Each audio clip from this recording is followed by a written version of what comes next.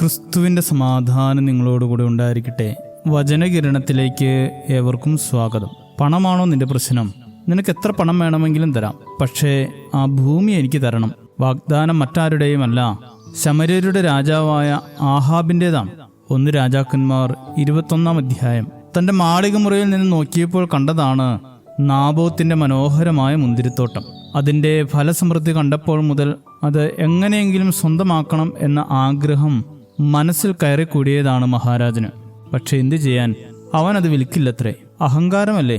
ഒരു രാജാവിൻ്റെ ആഗ്രഹം പോലും ഗൗനിക്കാതെ നടക്കുന്ന അവനെ എന്തു ചെയ്താൽ മതിയാകും? കേട്ടവരെല്ലാം ചിന്തിച്ചു കാണും, ഇവൻ എന്തൊരു മണ്ടനാണ്. രാജാവ് എത്ര പണം വേണമെങ്കിലും കൊടുക്കില്ലേ? അതും വാങ്ങി വേറെ എവിടെയെങ്കിലും പോയി കൃഷി ചെയ്തുകൂടെയോ? പക്ഷേ നാബോത്തിനെ സംബന്ധിച്ചിടത്തോളം അത് പിതൃസ്വത്താണ്. അത് തലമുറകളായി കൈമാറ്റം ചെയ്യുവാനല്ലാതെ വിൽക്കുവാൻ അനുവാദമില്ലെന്ന് അവൻ അറിയാമായിരുന്നു. അങ്ങനെ ചെയ്താൽ ലേവ്യ 25:23 പറയുന്ന ദൈവത്തിന്റെ കൽപ്പനയ്ക്ക് വിരുദ്ധമാകും. പക്ഷേ രാജാവ് വിടാൻ തയ്യാറായില്ല. സാധു കർഷകനെ വിരട്ടിയും ഭീഷണിപ്പെടുത്തിയും ഭൂമി കൈവശമാക്കുവാനാണ് അവന്റെ ശ്രമം. ആലോചന ചോദിച്ചത് വിജാതീയയായ ഭാര്യയോടാണ്. ദുഷ്ടയായ അവന്റെ ഭാര്യ ജസബേലിന്റെ പൈശാചിക ചിന്തയിൽ നാബോത്തിനെ കല്ലെറിഞ്ഞു കൊന്നു. എന്നാൽ അവർക്ക് ആ മുന്തിരിത്തോട്ടം അനുഭവിക്കാൻ യോഗമുണ്ടായില്ല. മനസ്സിലെ അത്യാഗ്രഹം നിറഞ്ഞ ആലോചനയാണ് ആഹാബിനെ പാപത്തിലേക്ക് നയിച്ചത്.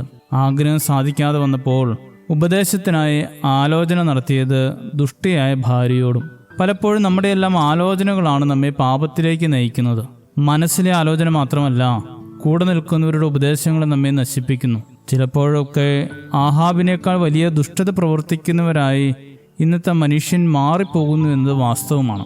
പാവപ്പെട്ടവന്റെ അവകാശത്തെയും ആഗ്രഹങ്ങളെയും പരിഗണിച്ച് നീതിയും ന്യായവും പകർന്നു കൊടുക്കുന്നവർ ഇന്നും വിരളമാണ്. ആലോചനയാണ് പ്രശ്നം. ആലോചന നടത്തേണ്ടത് ദൈവത്തോടാണ്.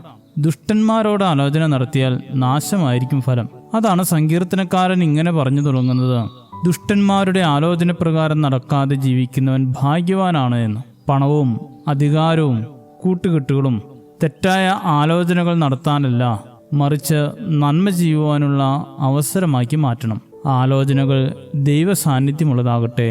ആലോചനയുടെ ഫലം കൃപ നിറഞ്ഞതുമാകട്ടെ. ശുഭദിനം നേരുന്നു. ദൈവം അനുഗ്രഹിക്കട്ടെ. ഏതു ഗുണം എന്നറിവാൻ ഇല്ല ജ്ഞാനം എന്നിൽ നാഥ, നിൻ തിരുനാമം നിമിത്തം നീതിമാർഗത്തിൽ തിരിച്ചു.